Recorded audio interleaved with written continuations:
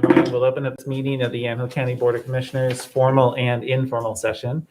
And I should probably just say formal from now on because really it's the formal session. Yeah, but it still says it on my document. For November 5th of 2020, and we'll begin with the flag salute. And Christian, can you lead us? Sure. You're always in my right hand. Yeah, that's fine. I pledge allegiance to the flag of the United States of America and to the republic for which it stands, one nation, under God, indivisible, with liberty and justice for all. Thank you, Christian. We move on to public comment today. Due to COVID-19 and physical distancing requirements, anyone wishing to submit general public comment or comments related to specific agenda items may do so via written format via email at bocinfo@co.yamhill.or.us or by mail at 535 Northeast 5th Street, McMinnville, Oregon 97128. Any comments received prior to the meeting will be shared with the Board of Commissioners and submitted to the record. And I don't believe that we have general public comment. We have comment on 2 agenda items, and you've received that. All right, we move on to our work session. And today, item E1 on our work session is the City of Newburgh Vertical Housing Development Zone presentation. And I see that there are 2 gentlemen here. Can you state your names and addresses, whatever that would be for the record, and tell us what we need to know? And thank you for joining us today. Yes, sir. Thank you, Mr. Chair. I'm Patrick Davenport, I'm the planning manager for the City of Newburgh. And I'm Keith Leonard, associate planner for the City of Newburgh. I live at 2128 East Kennedy Drive in Newburgh. Great, thank you very much. I live in Sherwood, if you want to know my address. You know, City Hall works just fine for us too, but Okay. Yeah, sure. Thank you. it captures it for the record. Yes, sir. So we're giving you a presentation today to the city has directed staff to work with our taxing districts to establish a vertical housing development zone. So this is part of our roadshow, so to speak, of what's going around to our different taxing districts and presenting our proposed program for you. So today, this is a bit of a joint presentation to the Board of Commissioners and also to the Oregon State University Extension Service. And I'm not sure if anyone from Extension is here. I think we technically are too, so. Very good. So Keith is going to go through walk you through the proposal with a model of how this vertical housing development zone would affect you all and of course your fiscal effect on it, but also the positive effects on economic development and building our tax base and helping, of course, City of Newburgh revitalize our downtown or continue our vitalization. So I'll let Keith take it over from here and he'll walk you through the slides. Thank you. So as Patrick indicated, we're here to give you our dog and pony show about the vertical housing development program that we're looking at. So where this comes from, Newburgh did a downtown improvement plan. This plan is focused on making our downtown a great downtown to be living, working, playing, enjoying our downtown. And part of this, there was a list of economic development tools within this plan. On page 54 and 55, we had the various tools, and one of them was vertical housing development zone program. So what is a vertical housing development zone? It's created by state statute. It enables cities or counties to negotiate with the taxing jurisdictions to create either a single small parcel zone, or it can be like a whole area. In our case, it's our central business district. That's where we want to see the development. And it's a partial tax abatement. It's not never ending. It's limited to 10 years as well. So why support a vertical housing development zone? Well, it creates these larger buildings, mixed-use buildings, multi-story, and this is something that every downtown shoots for. We want these mixed uses. We want people living in the downtown. We want them supporting our businesses. So with having these sorts of uses, you also have the opportunity for people who live and work. So then that takes one car off of the road. And if anybody's been on 99 in the mornings, we wish we would have more people living and working in the downtown area. So, and by increasing these sorts of developments, what you see is also a spin-off to other properties. So you see an increase in the tax base going up. So there's another positive aspect of getting some of these new buildings in. And having the number of residents increase in the downtown area, they're going to support those businesses. And this is long-term community health. You know, these buildings don't go away. They continue to generate that tax base for the taxing jurisdictions. And we want to have walkable neighborhoods. We want people living in our downtown. We want them supporting our businesses in the downtown. This is important. So this is a market rate program. There's also an affordability aspect. I'll cover that next. So you have to have a mixed-use building. First floor, predominantly commercial. I think it's like 50. You can have like 50% of frontage on Main Street commercial, but predominantly the first floor has to be designed for commercial. It can't be residential. And then the second floor, if it's residential and fully certified residential, then that's where we get the potential for a 20% tax abatement, temporary in 10 years. If we have 2 floors of residential, then we have the ability to get 40, 3, 60, and it goes up to 4, 80, 80%. So the affordability or affordable housing aspect of this program, I talked to all the taxing jurisdictions in the Portland metro area. They haven't had anybody use this part of the program yet. It would only be on the land, and it's that same 1 floor commercial or 1 floor residential. You get the 20%, all that 40, 60, and 80 maximum. But again, that just doesn't seem to be interesting developers to the point that they're utilizing it. So our vertical housing development zone program, to the north you have East Harrison Street, all the way over to the east, the railroad tracks. Predominantly the southern border is the frontage along East 2nd Street. That's our residential commercial area right behind Main downtown street. And then it goes all the way down to 5th Street. You have the public services building up there. Over to the west, you have River Street, and then it goes up around George Fox University, goes back near the frontage of Hancock, and then back up to Harrison Street. There is a purple area up there, and there's a mixture of zoning up there. Mostly our central business district. The purple area is another new zoning district that we're working on. Craft industrial district. What we want to do is have an area where people can come and get their hands dirty and make stuff. So this is a kind of a gritty part of town. We have a mill there. It's another aspect of this improvement plan that we're really trying to implement. As part of vertical housing development program, you do have to do a displacement analysis. You have to consider the existing residents within this area. And what is the potential of these residents being displaced because of development? So part of that, they have to look at all the properties within there and determine what are the development properties. So they created a tiered system. The purple areas, I think about 8 properties, those are the most developable. The least developable would be the golden areas, and then the ones that are in the middle are kind of that bluish colored areas. So 13 potential development sites, about 4.71 acres. And as I mentioned, you're required to do a displacement analysis, and the analysis was done by a reputable firm.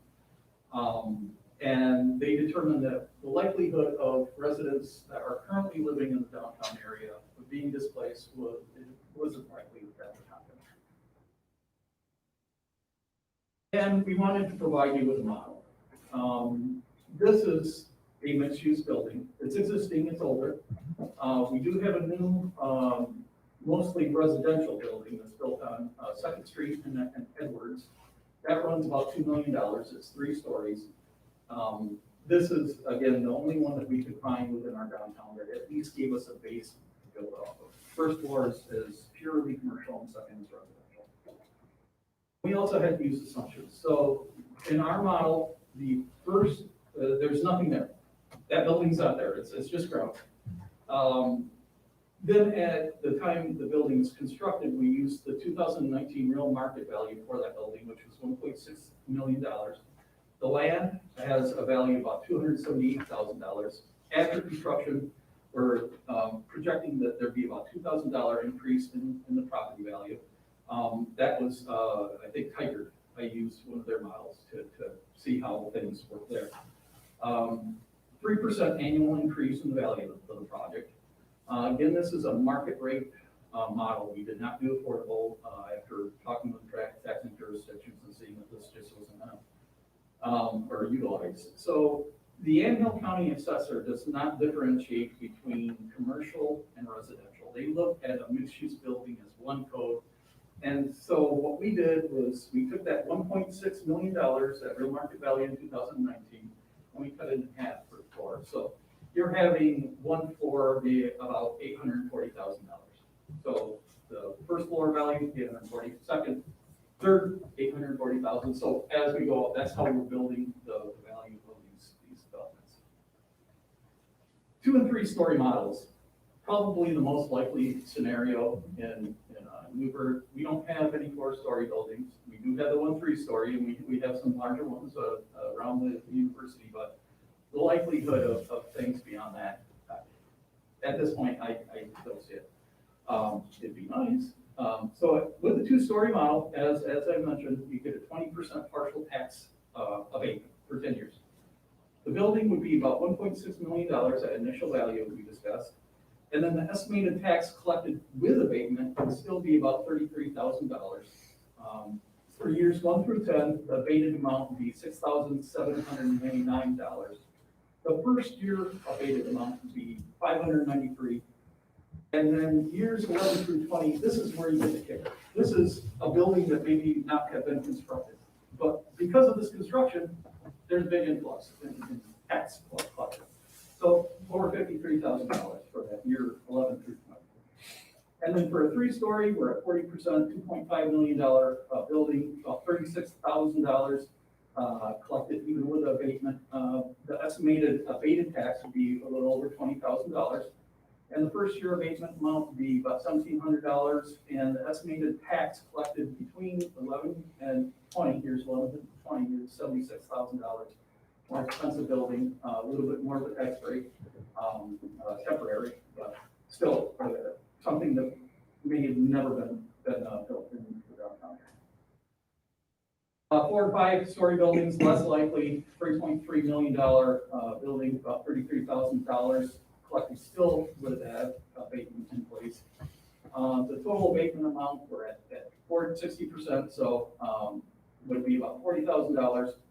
The first year abated amount, $3,500, and estimated tax collected before years 11 through 20, about $99,000. 5-story building, if we get this, I think if it was in the downtown, we'd probably have a few people to show up at that public hearing, just the community. $4.2 million building, estimated tax collected or the abatement would still be about $22,000. The abated amount would be $67,000. Again, we're at 80% abatement at the very top for the building. And the first year abated tax would be about $5,900 with the estimated tax collected with the kicker 11 through 20, the years 11 through 20, about $122,000. So we're going to switch over to the OSU Extension Services numbers. They get a smaller levy amount. Again, $1.6 million building. Estimated tax collected with abatement would still be $575. First year abatement, $10, about $118 would be given up through that first 10 years for taxes. And then 11 through 20, $932 would be collected. For a 3-story, $2.5 million home, or $2.5 million building. Estimated tax collected with abatement would be $635. I know this is a lot of numbers, but it's a number type of program here. And then the total tax abated for years 1 through 10 would be $355. First year, $31, and about $1,300 for years 11 through 20 when that abatement program 4- and 5-story model, less likely that we'll see that something like this in the downtown area. $3.3 million building, about $575 estimated to be collected with abatement for the first years 1 through 10. The estimated total tax abatement for years 1 through 10 would be $711. First year abatement, about $62. And then the estimated tax collected for years 11 through 20, $1,700. And then for the 5-story, 80% partial tax exemption, $4.2 million building. $398 would be tax collected even with the abatement. $1,100 tax abatement or abated tax would be abated amount for the tax for the first 10 years would be about $1,100. And the first year of abatement would be $103. And then the estimated total tax collected for years 11 through 20 without any sort of abatement would be about $2,100 for such a service. So at this point, that concludes my part of the presentation, and Patrick's going to step back in. Okay, so I'll just wrap this up and then we'll take your questions. So we're going to continue our sort of roadshow to other taxing districts. Then we're going to be going back to the Newburgh Planning Commission after that, and then we will send you all the formal letter of support. That's under or the state regulations that you'll be getting a formal letter for you to indicate your support. And then they'll go back to our city council for their formal decision. Then council's decision will be forwarded to all our districts. And then so we hope to have this wrapped up in spring of 2021. So as you can see, those assumptions that's just what they are, but we did have that existing building. And as you know, going forward in time, we don't know how the assessments are going to work. Probably up all the time, maybe not up 3% every year. It doesn't take into account improvements that are done to the building that the assessor catches during building permits. So it's a pretty broad assumption and certainly very forward-reaching. But I hope that information gave you all an indication of how it would affect your financing, and then also I hope you saw that how it would benefit the tax base and the city's downtown as well. And of course, you all know how complicated this sort of construction is, and you can also see the overlay of the potential sites. So it's very few sites, and this is a bit of a test case on how this would work. And there's a potential, if this works and stimulates some investment in actual construction, the Riverfront District, once that site gets ready for development, that's a potential new area to do, but that's, as you know, that's years away. And we want to see how this program works. And this is not the only tool in the toolbox to help incentivize this sort of construction. Urban renewal, system development charge credits, making sure our zoning is accommodating as possible. And there's a multitude of tools to make this, and this is just one tool in the toolbox that's going to be needed to incentivize this sort of construction. So with that, we'll be happy to answer any questions that you all have or Extension has. And thank you. Commissioners? I have a couple of questions. So you have you've not gotten any feedback from the other taxing districts as far as a presentation, and you have dollar amounts you'll be able to share with them, estimates?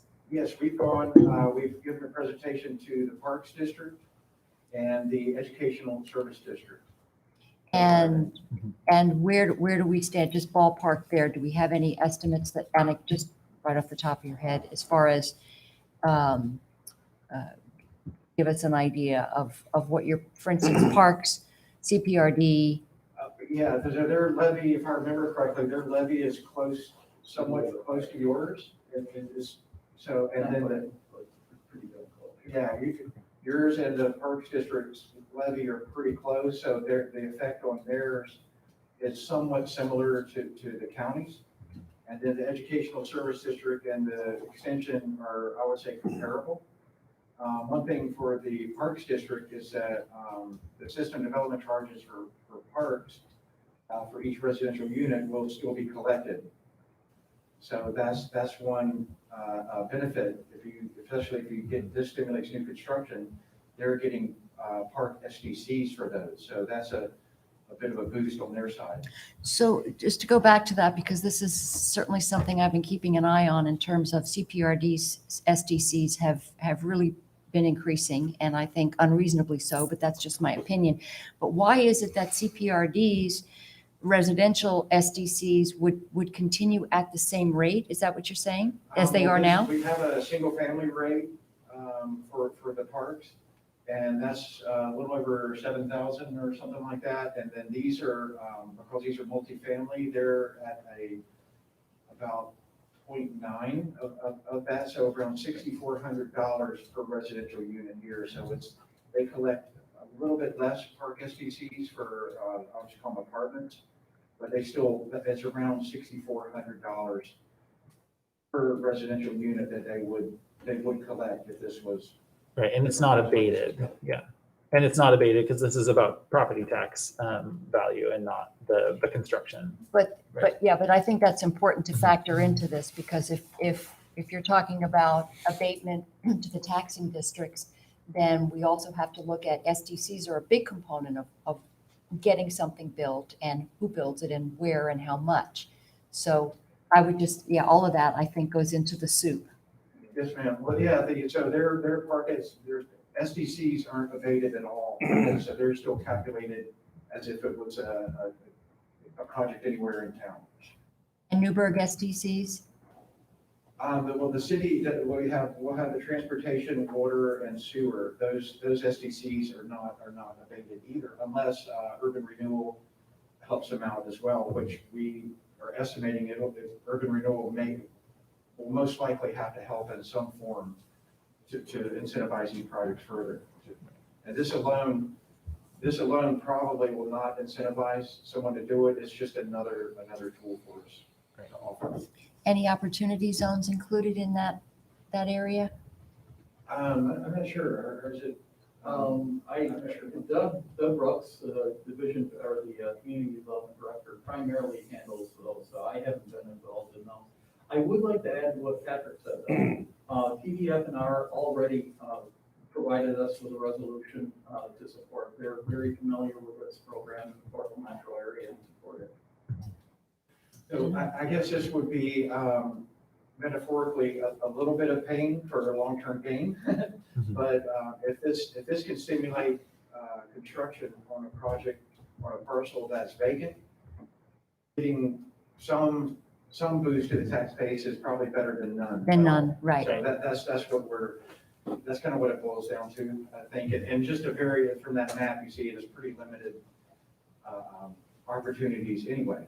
So a bit more of a test case at this point. It seems like a good opportunity for a test case with the limited, Right. Just in case it totally changes the character of an area. And that area right now could stand some revitalization, because it's been sort of neglected, and over the years it's sort of changed uses, but now it's sort of languishing.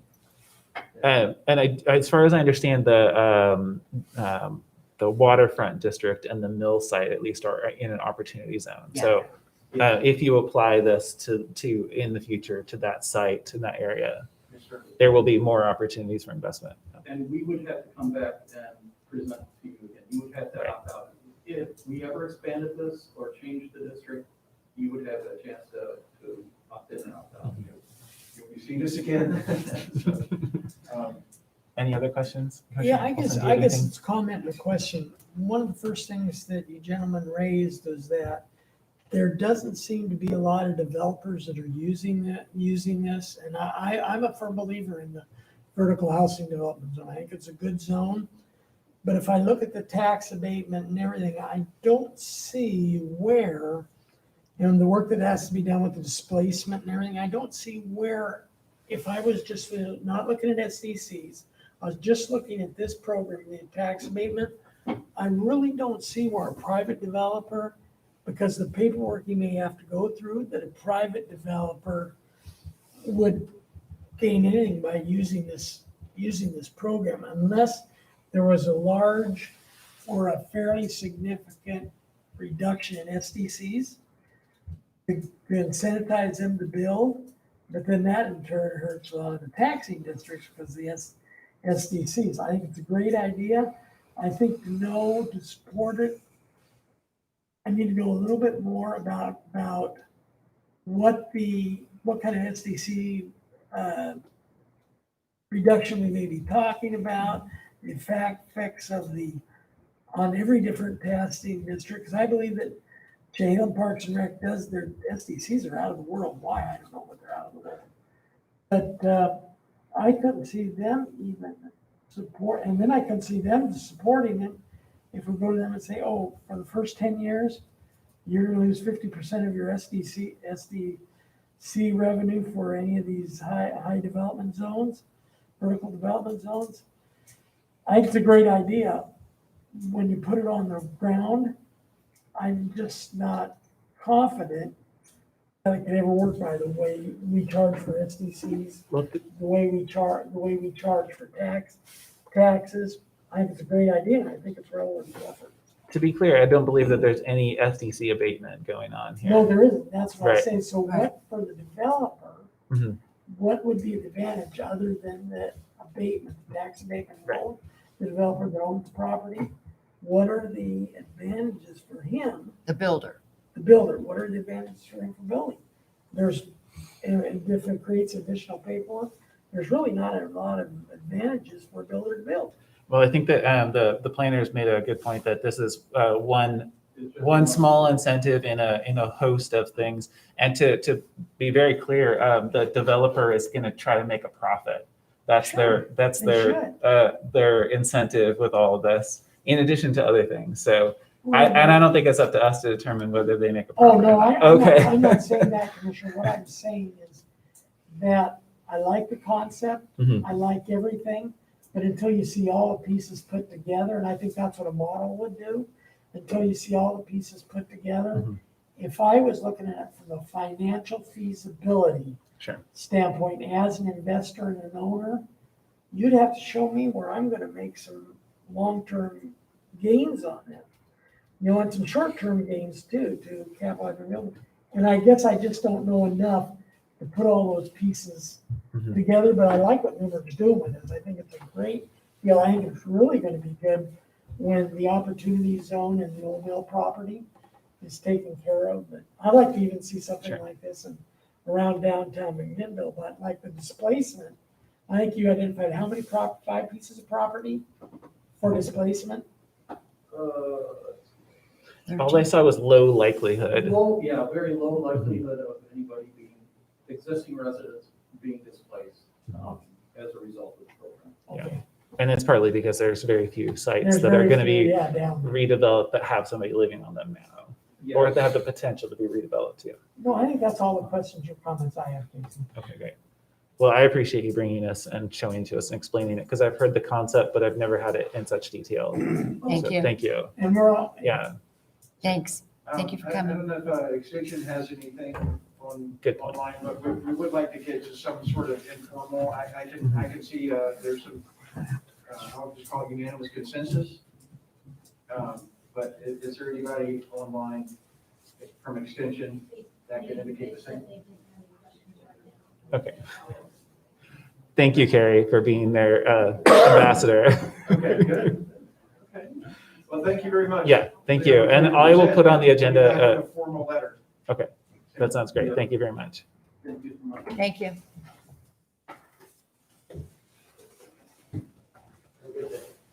Thank you.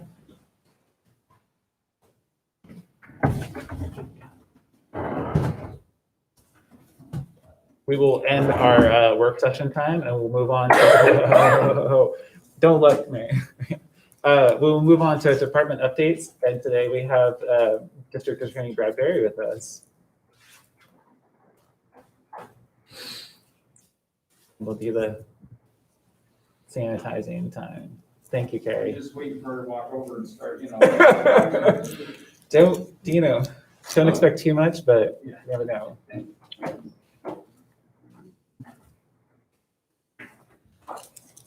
Can I take my mask off? Certainly. Okay.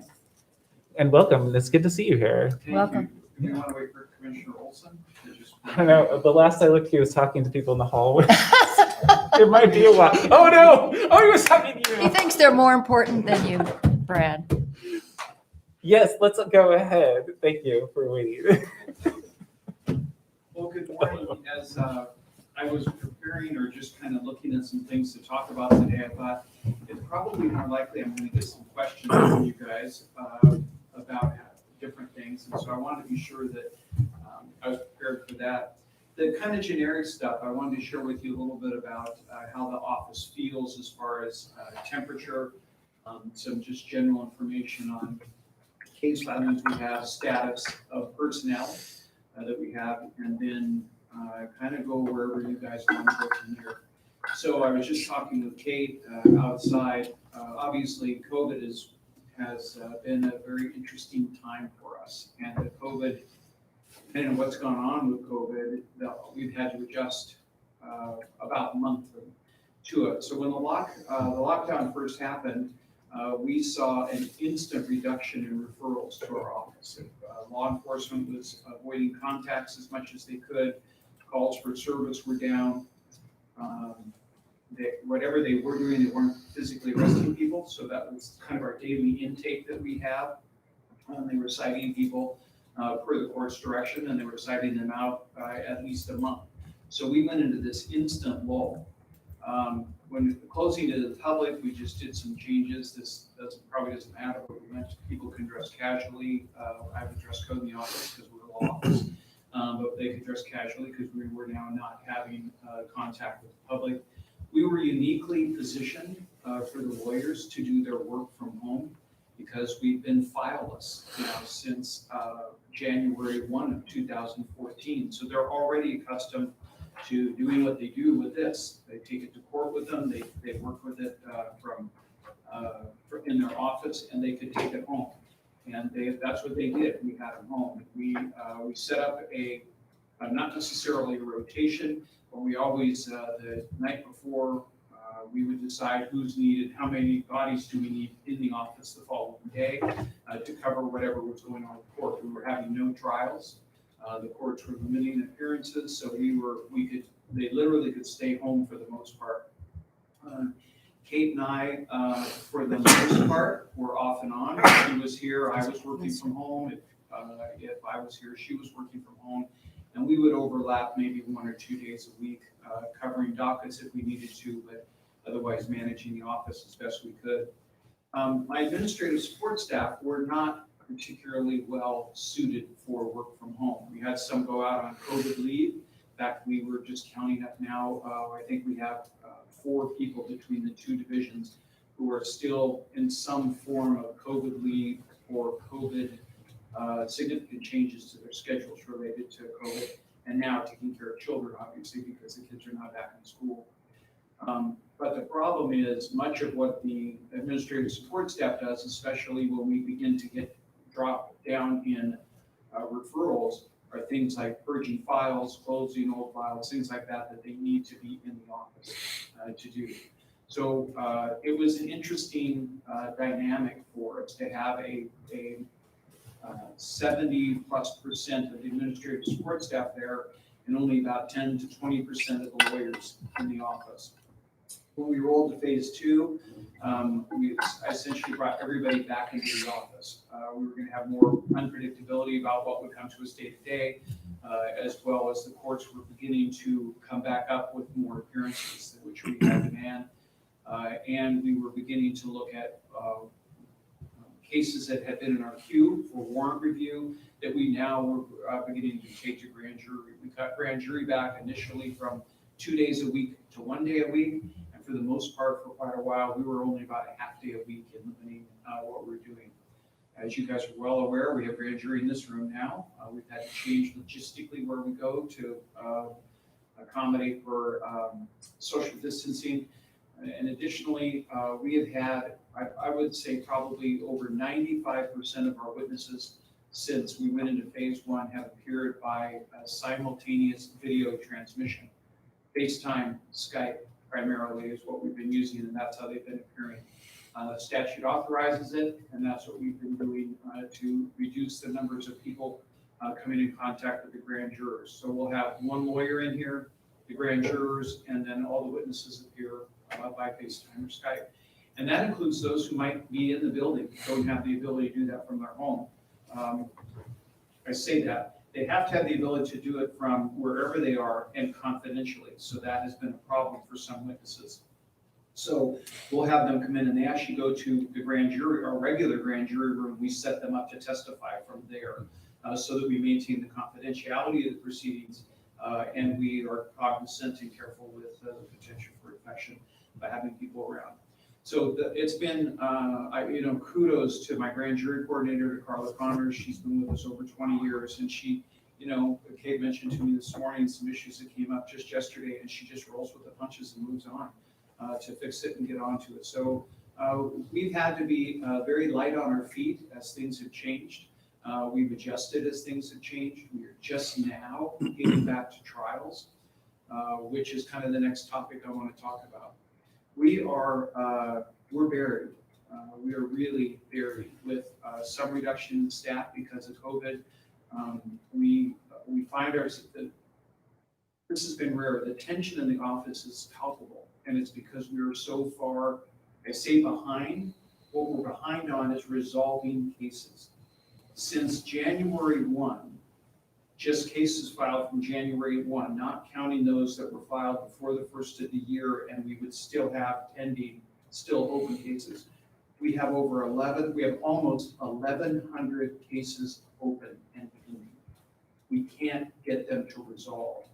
But that means then is more appearances, more status appearances, more interruptions to go do it without getting closure on these cases.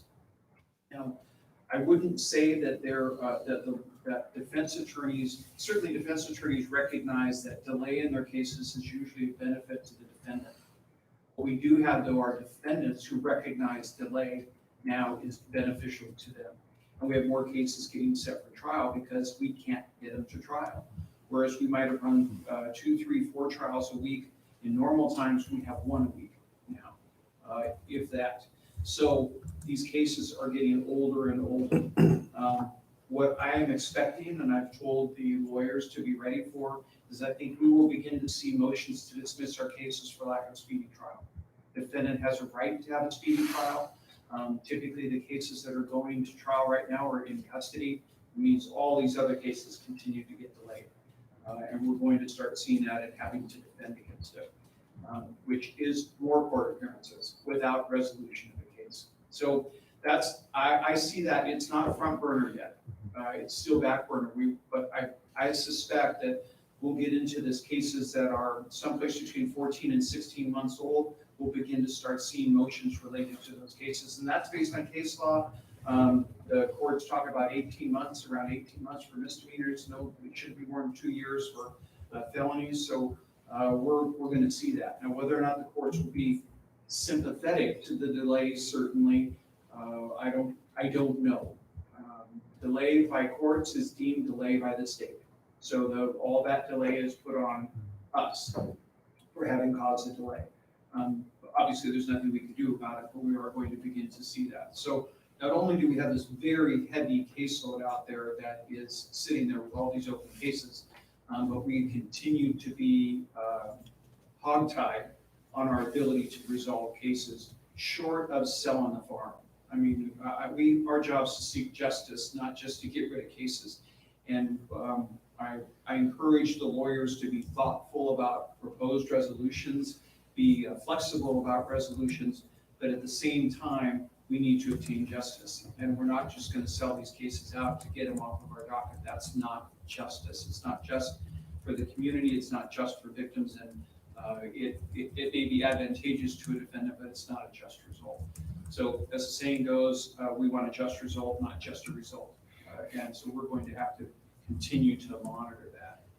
A couple things that I wanted to point out that you may have heard about. As you know, I have a dedicated domestic violence prosecutor, Stephanie Harmon, currently, who is doing that. Really, until we had the Measure 57 granted position, I've increased lawyers in my office by 1 in the 24 years I've been district attorney.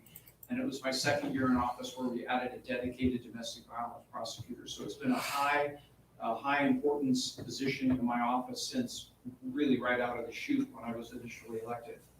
DV cases are climbing. And those cases, one of the problems with that is domestic violence cases go to trial at a much higher percentage than any other type case that we have. And I'd say even the sex cases, which are very difficult. The DV cases try more. They have the added difficulty that, like in sex cases, oftentimes there are two people there, the perpetrator and the victim, right? And so you have to work for corroboration and get what you can to convince a jury that what the victim is saying is true. When you have DV cases, we have the added complication, and for many reasons, we recognize the dynamics that your victim will often recant by the time we get to trial anyway. So you have now the delay in the case caused by COVID. That's much more time for the offender and victim to, I'm going to use the term reconcile. I don't literally mean them necessarily back in the same house, but reconcile from whatever disputes were there. And there are many reasons why victims of domestic violence would recant, not the least of which is they want this case over, right? If they want to fully reconcile with the offender, there's things that need to be done. But now we don't have a case resolving in 90 days. We have a case that's not resolving in 6 months. It's not resolving in a year.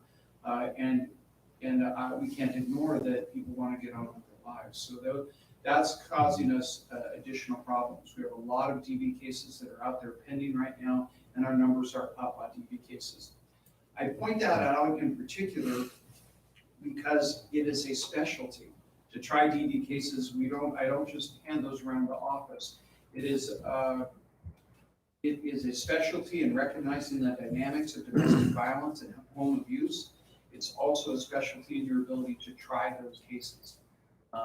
When I've taught law enforcement on domestic violence cases, I have said you should assume in the investigation that the victim will be testifying against us at trial, right? That we will not have that witness in our camp. And the example I've always used is we never have a victim in a murder case testify, and we build those cases. These cases can be built.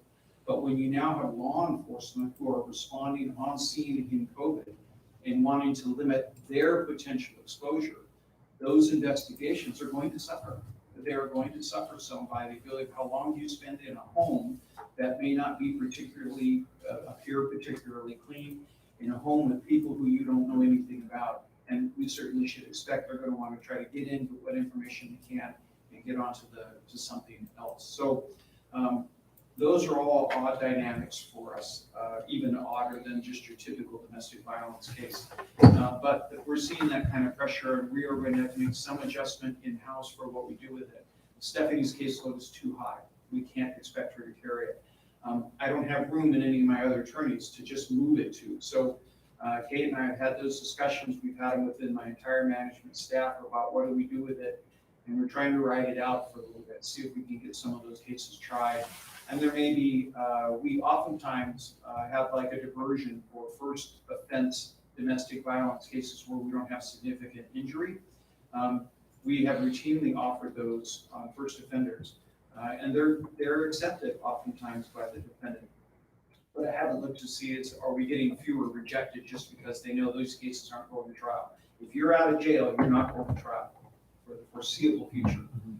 And I don't mean that literally way out into infinity, but you're not going to be going to trial very soon. So there isn't a lot of incentive on behalf of the defendant to accept those diversions because they may never go to trial. They may never have to go to trial, let alone accept the obligations to come with the diversion agreement. We refer to them as a deferred sentencing agreement, but it's a diversion. So that's an odd, that too is a challenge for us that we're dealing with. You know, for the longer you've been on the commission, and Mary's the longest now, I think we recognize we don't spend money.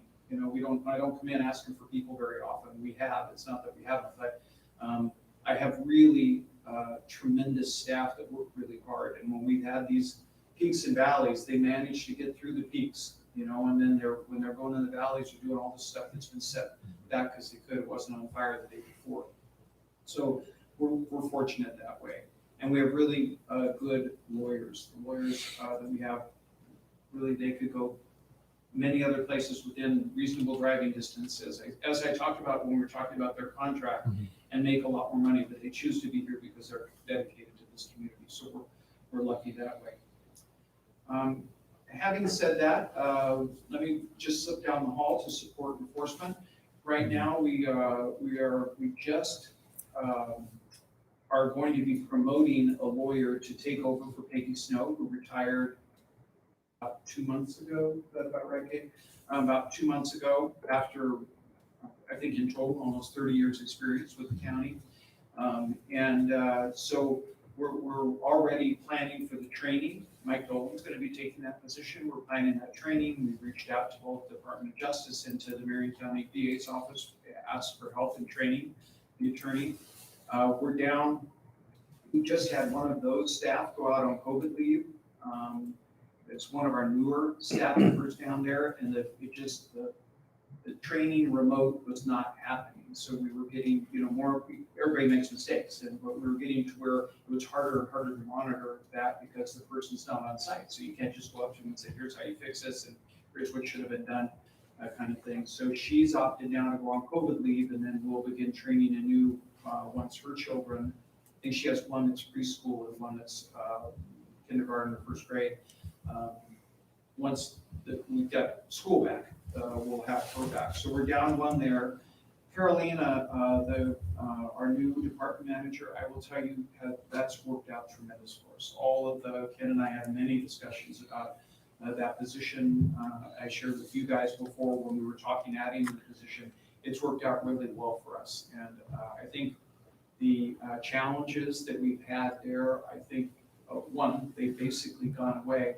And I think the overall, in the long run, the kind of temperament and morale in that office is going to improve. So I'm really happy with our decision, with her management style. The staff seem to genuinely love her and appreciate the knowledge she brings to the position. So that's been good.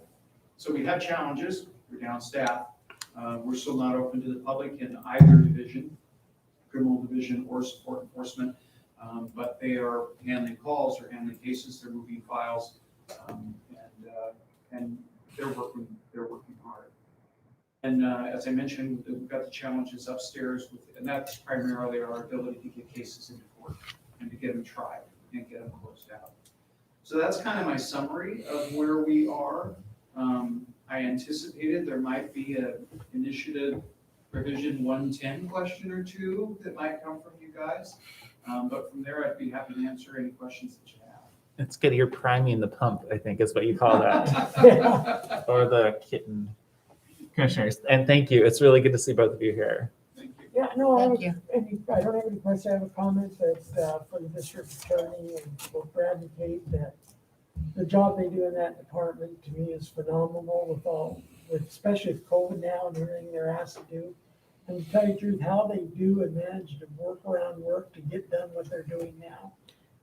I don't understand how they do what they're doing, because they could certainly use more staff to do everything that gets done. But I just want to commend Brad and Kate for the job they're doing in the DA's office. Thank you, Commissioner. I appreciate that. Thank you. So to go back to 110, I'm glad that you brought that up, because Oregon now has certainly made the national news, and lots of memes are going around about you can't pump your own gas, but welcome to Oregon. Shoot up in public. Yeah. Exactly. So, but just your initial concerns, or perhaps maybe you don't have concerns, or what you see changing as far as your office is concerned.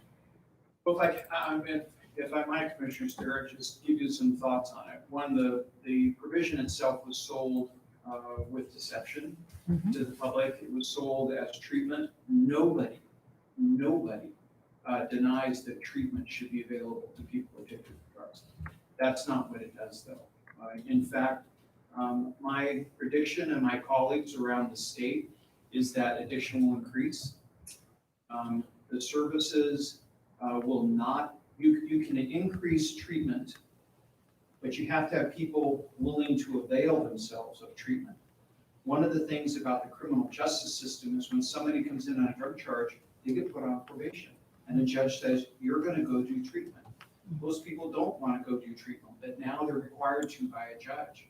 And if you just walk across the street or with Lindsay's here, figure out what percentage of people in addiction therapy are there because of court mandates. And I don't know what that number is. And I'm not about to wag it, but it's a large percentage. You will no longer have that. You will not have a system that's saying you need to take care of this, and if you don't, there's a stick behind that. That has gone away.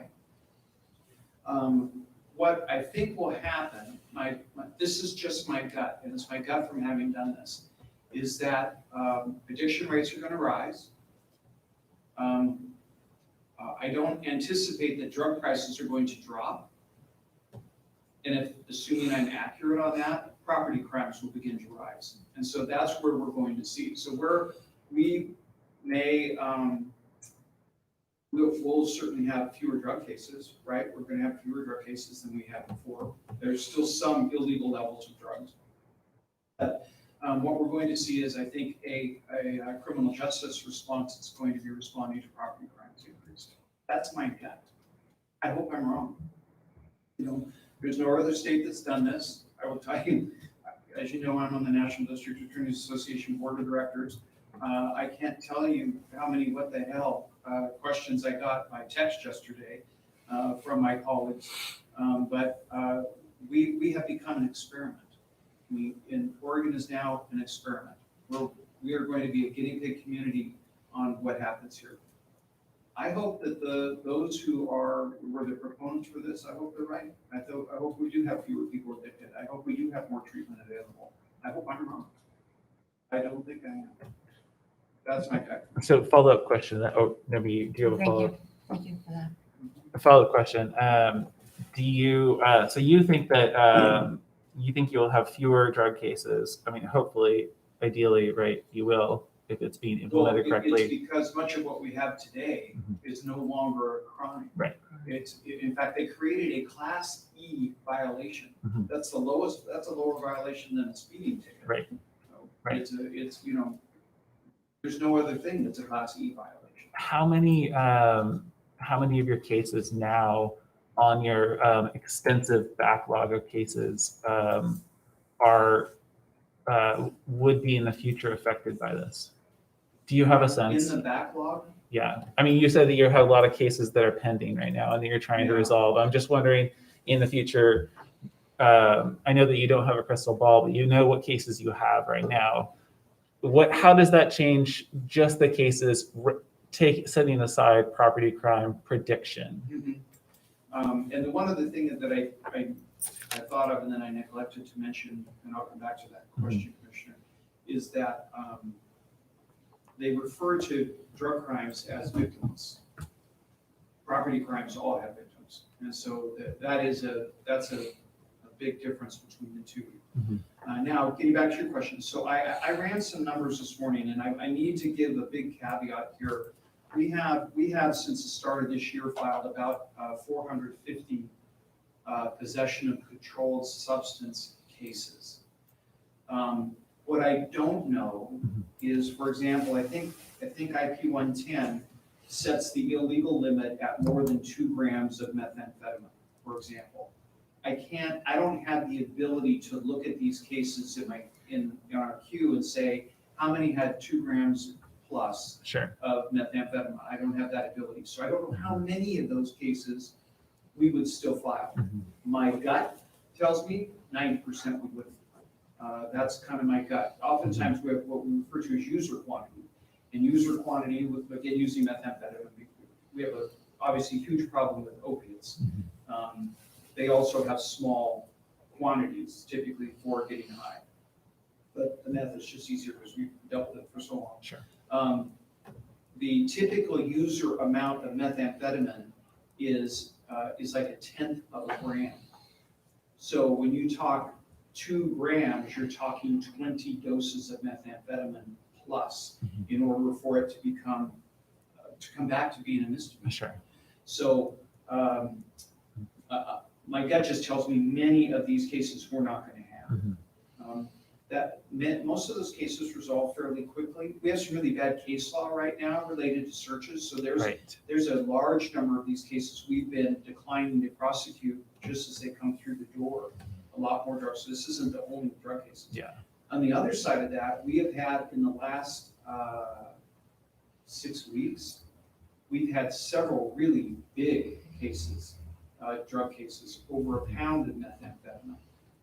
And for those who don't know, there's 28 grams to an ounce, 16 ounces to a pound. That's a lot So of it's a grams. lot of methamphetamine.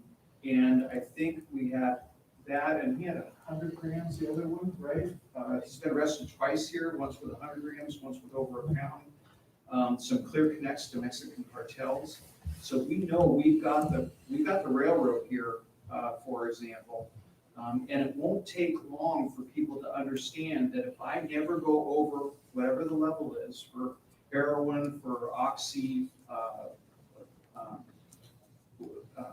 fentanyl, whatever it is, they're gonna know that limit, that I can't be arrested, I won't be arrested. So that will, I think, even reduce it more. There's a lot of incentive not to have over that amount. And so, there are dumb criminals, but there are a lot of criminals who are not particularly dumb. There are a lot of people who use drugs, and certainly wouldn't say they aren't, that they are foolish enough not to understand that there's a limit, that if they don't go over, they're not gonna get in trouble. And, the money raised from it, these are not the people who are gonna come to court for a $100 ticket and pay a $100 fine, typically. They're not gonna do that. So those are kind of all, really, Commissioner, your question is a good one. We may see 500 cases a year that we don't file now because they won't come through our door anymore. But I think the potential to have more lives ruined by addiction, to have more overdoses, and to have more property crimes should be really concerning to the community. So follow-up question to that. Thank you for that great answer. You can still advocate for court-ordered treatment in other cases, correct? Correct. So property crime cases, for Correct. example, you don't want it to get that far, but I understand. But it would still be an opportunity if you know that it was associated with drug use or drug Excuse me, sale. Yes. Okay. Yes, correct. If we have there just has to be a nexus. Mhm. So if we have somebody doing a burglary and they come in and we have no history of drug, we might have suspicions, but if we don't have a history of it, we cannot get it ordered. Yeah. But again, most property crimes have a connect to addiction. Okay, great. Thank you. I have a Sorry. question. Yes. So in terms of drug court, will there be sanctions allowed because of this law? They're on probation, and then part of the conditions of probation when you're in drug court is not to use or possess controlled substances at all. So it's kind of like, Commissioner, if you have a DUI, you're not allowed to possess or consume alcohol, and alcohol is legal. So it's a condition of probation that they violate by that. The interesting thing, and there are a lot of different drug court programs around the state. There are going to be many of those programs that will fold because you won't have the referrals, right, from these cases. Our drug court is a high-risk drug court, and we've been a high-risk drug court, I want to say, for going on 10 years now. So we are not taking the lower level, I'll say, possessors. Our first offenders, we always give a diversion to. We have for as long as I can remember, unless there's large quantity or other crimes with it. So we've been diverting those people out of the system anyway.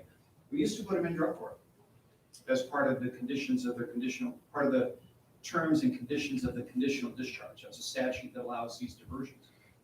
And some time ago, the decision was made, well, we're mixing low-level drug users with high-level drug users as well as criminal thinkers. That's a bad combination. The high level in criminality don't pick up good behaviors from those who don't commit other crimes, but the opposite can happen. So we moved to the high risk model some time ago. And now, I mentioned the Measure 57 position we have I'm just thinking anecdotally because I read all those reports, about 90% of those who come back with a recommendation to they can be managed safely in the community rather than being sent to prison. Remember, it's a prison deferral program. It's can be managed safely in the community if they enter into and successfully complete the adult recovery court. Mhm. So Yep. that's where we're sending these high-risk offenders. Mhm. So I'm not anticipating that our drug court will be impacted like other drug courts around the state Yeah. that have lower level user offenders that they're in. That to me is, should think it through. It's an interesting dynamic for us. Well, Good it's going to be question. interesting to see what happens Yeah. going forward. Yeah, thank you for taking the time to address this. I Yeah, really thank appreciate you. it. Interesting. Any other questions? Okay, great. Thank you for your flexibility during this time at the changing once a month, adapting once a month to it. I'm glad you've been able to. Well, I will, I can say that I take a lot of pride in who does the work up there and the job they do. And I think as commissioners, you guys can be very proud of the team we've built. And I won't say that's me, I'm saying we have a team that works well as a team and they perform amazingly. Do we ever have issues? Sure, we have issues. People are people, but we're very fortunate to have the people we have doing this kind of work. Yeah, Thank you. thank you. Thank you. Thanks, Appreciate Kate, it. for being here Thank too. you.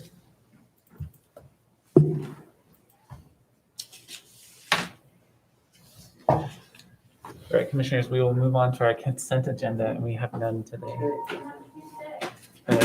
We'll move on to item H, which is old business. And item H1, and I believe Ashley Watkins was around. Yes, item H1. And there's Ashley, she walks in the door. Consideration and second reading of an ordinance in the matter of amending Ordinance 626 regarding changing the membership rights and certain members of the Solid Waste Advisory Committee and modifying certain duties and responsibilities of the Solid Waste Advisory Committee and its members. Mr. Chair, Yes. is Ms. Cross here? She left and she has not come back yet, but she is going to come. Okay. Okay, and I don't think it was in the public comment, but I know that she sent us, or she at least sent me some comments about the solid waste ordinance. Yes, Yeah. I got that email. Yeah, but I don't think there were any specifics about new changes, were there? No, I just want to make sure she was here because Yeah. I wanted to bring up a couple of remarks about Dave Larman's Oh, yeah, email, yes, that sounds great. but that's okay. I mean, I'm just going to be basically discussing what we've already. I don't know if you have Totally. other folks here wanting to provide public comment in think person that on Carrie's this just agenda looking. item? Because now would Carrie be was the- looking for her. Oh, okay, it's just her. Yeah, it sounds like it. Okay. Carrie, it was just Margaret Cross who was present. For item 1. Yeah, for item 1. Okay. Okay. Great, thank you. So, yeah, if there isn't Yes. anyone else here, now would be the time to talk about any other comments or any other discussions that the board would like to have about Right. this topic. And maybe since I have questions about Dave Larman's comments too, maybe Ashley come up to the microphone and we Oh. can just toss some of the things by you. But Commissioner Sarah, what would you like to say to the comments that we received? Well, I just, regarding the comments in the email regarding 3.1, and the question he raised was, what constitutes a quorum in this scenario? Do the non-voting members count for a quorum? I think we've addressed that, right? Yeah, the Commissioner answer to that is no. They would not count as a quorum at this point. A quorum would be 3 of the 5 voting members. And the other question he brought up is perhaps regarding limiting industry control, perhaps this should be directed at specific matters that have a clear financial or operational interest. So in other words, when it comes to approving minutes, recommending updates, budget review, education, and outreach, he doesn't see why industry reps should be excluded from voting on those issues. And I think that goes back to what the original ordinance, the text of the original ordinance said. Yeah, they were voting members, but then they were prohibited from voting on matters in which they had a direct financial interest. So point well taken on that. Mhm. And then he asks about whether or not the application should include information attesting to specifics of somebody's particulars. In other words, are they Are they a neighbor? Do they have personal relationships with county staff? Those types of things, current SWAC members. So I don't know, I just wanted to bring them up. They jumped out at me. Yeah, definitely. And I thought that the 3.1 B, I'll say, which is the part about the proposed application for SWAC. I thought that would be a good thing to have the SWAC address as part of bylaws, or kind of the details of that. That seemed more of a thing that they were going to want to know and hear about from an applicant, or if they do. Sure. Yeah. Yeah, I think it should be in the bylaws. That would be defined in the bylaws by the SWAC. Yeah. As far as the, and I want to say that I really appreciated hearing from Dave about it. His presence on the SWAC is much appreciated. Regarding if the SWAC is it's conducting other business, with none of this do the industry reps not get a voice. And so I think that, if there's a question about the minutes, for example, they can raise that issue and have it changed or amended the minutes. I don't think that it's really necessary to be like, oh, well, you can vote on the minutes, but you can't vote on topics of other substance. I don't see that there's a line when it's an advisory committee. And I would want to remind Dave, since I do have a lot of respect for him and he might be watching, that we are encouraging him to share his views, share his knowledge and expertise in kind of all the matters. Yeah, I have to agree with that, Casey, because I think, I know Dave real well, as a nice gentleman and all, and I think during the SWAC meetings, I think the industry people can take part in all like you said, take part in the conversations, give their advice during the conversations, what they do in the conversations. The only thing is they couldn't vote on the order. So I think their voice is being heard at the meetings. Just because they don't have a vote doesn't mean that they're not being appreciated, they're not being understood, and everything. So I think the way we have it is just fine. Sorry, and then No, are there other? There's another paragraph for 3.1, and then there's 3.4 and 3.5. No. Ashley, did you receive this too? The comments from? He sent this to me directly. Okay. And he did say in his email that some of these may be for the bylaws, Mhm. but I just wanted to forward it because.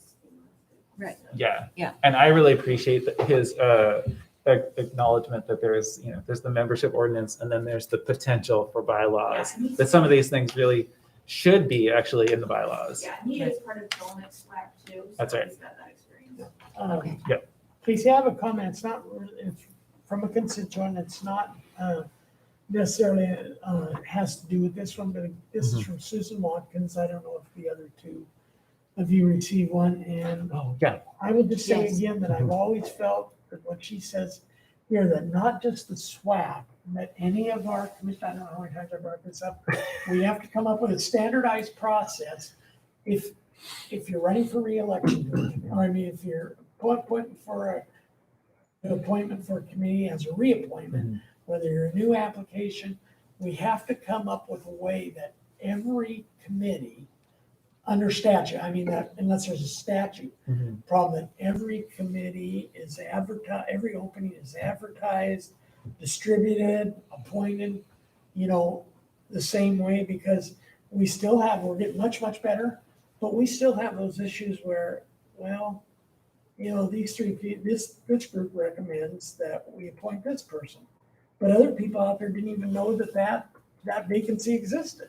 Right. So, and even if you're, we say, well, we assume that somebody's on, that they're going to be reappointed. Well, maybe not, but I think they should have to at least fill out an application that said they want to be reappointed. So everybody is treated the same. That was just a comment from one of the constituents. I think I said something along the lines of, I think you're channeling Commissioner Olson. And I really appreciated her comments regarding the notification, because for the longest time, we've really been remiss in notifying people that we never told them you didn't wind up making it, you weren't going to be considered, and it just languished out there and it went on and on and on. And a lot of it is a function of just overworked. Our executive staff is just so overworked and there's so many different moving parts. So it's appreciated, but we are doing, Yeah, and I Yeah. think my feeling about it is, and I think Commissioner Starrett brings up a good point, is it is, our staff does such a good job, and we're so overworked. My issue is with the process, that once you put a process in place that is the same for anything, it becomes much easier to do because you're Right. used to doing it that way, and hopefully it won't be forgotten, and everything. But I appreciate your comments, Mary and Casey. So. Yeah, it may even be that something like the online portal that they're using for the community grants, the community requests, would be a way to do it so that there's just there's a place where you go if you want to apply for an advisory committee. And that's great. I think we have several citizens, not just citizens like Mary and I, but several citizens that they just don't get on computers. They won't know you talk to them like an online portal will go do this. Right. They won't have the faintest clue what you're talking about. So I think they have some reasons to notify, whether it's a notification in the newspapers or something that says, like if you read the last City of McMinnville one that's ran for the last, I think, 4 weeks, they have a box that says we have these openings on the planning commission, these openings on the airport commission, these openings, and if you're interested, either stop by and get an application, or you can go to this link. Sure. And then if they know the computer, they can fill it out and submit it. So I think it's more than just having it on like people that are underserved in internet access. Anyway, that was just my comments, Commissioner. So thank you. Yeah, no, I appreciate that. So, Yeah. Commissioners, if you're done with public Yes. comment, then I would ask that we have the second reading, and then you could continue your deliberations. If you got some other public comment that you'd still like to discuss. Yeah, I was just going to address a couple of more things. I just want to make sure Absolutely, that, Dave took the time to thoughtfully write this out. So I thought, let's make sure the one thing I wanted to note is that, on the next line down was the 3.1, just the third comment or the third paragraph about the initial section, is the language around industry reps. I don't feel like we need to change it. I think they can just figure that out. If we have two people from waste management and Recology wants to, be on the SWAC, they can apply, or they can figure it out between themselves. They're good at talking to each other. They're very good at coordinating. The other thing I wanted to address was I believe that the draft minutes note in the updated ordinance were intended to really be for the community. They're helpful to us to know what happened immediately after SWAC if you weren't able to make it. But they really are for the community members who are like, hey, what happened? I want to know what are the next actions, the next steps that are going to be taken by the SWAC. And then 3.5, I think that this is a great opportunity for the bylaws to say these are some of the things within the world of solid waste that we can agree to work on.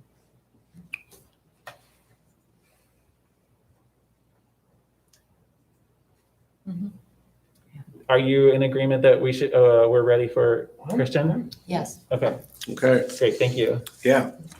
So we'll now call for the second reading Call for of the this second reading. ordinance, and hearing no objection, the reading will be by title only.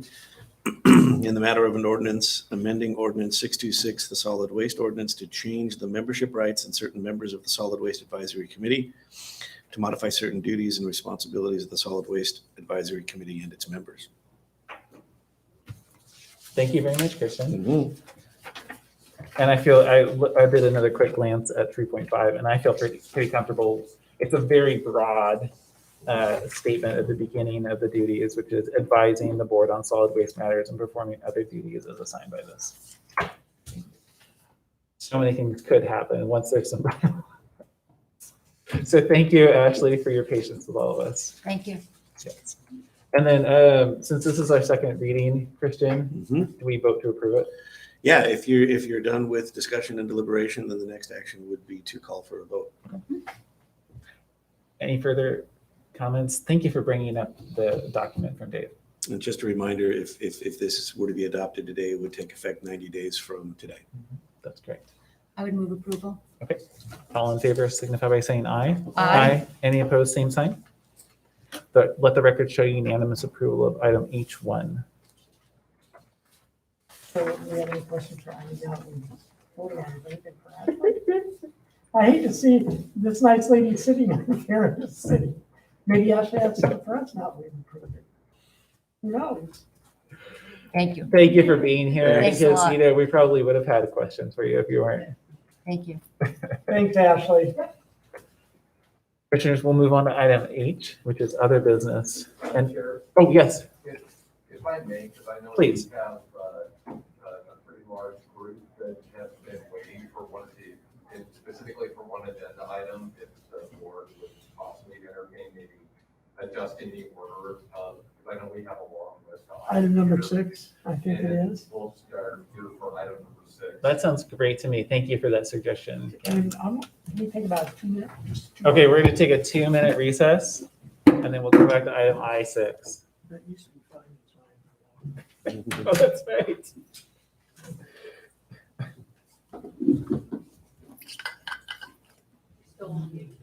Thank you for that reminder.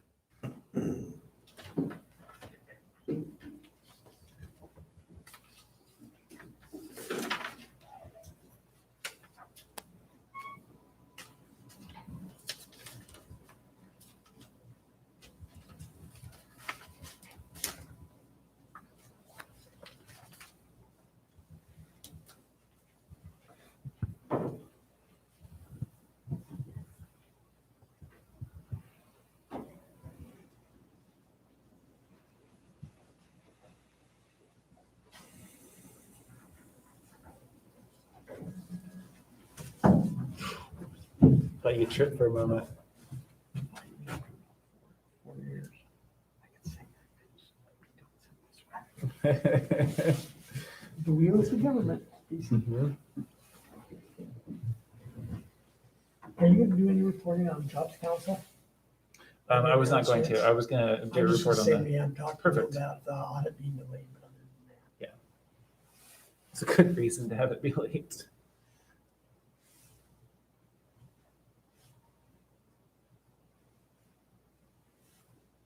Amy was sorry, you know, I mean, MVP. She's one smart cookie. Yeah. The program she's came up with, like this online portal, virtual, I think that's great. Me too. It just allows so many different Yeah. companies and people the opportunity to like learn a little bit more, make a connection.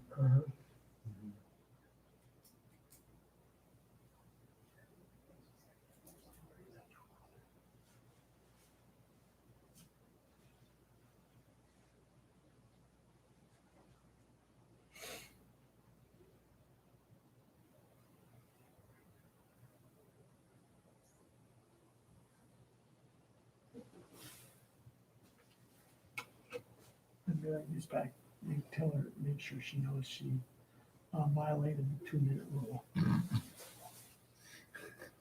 I'm not keeping track, so.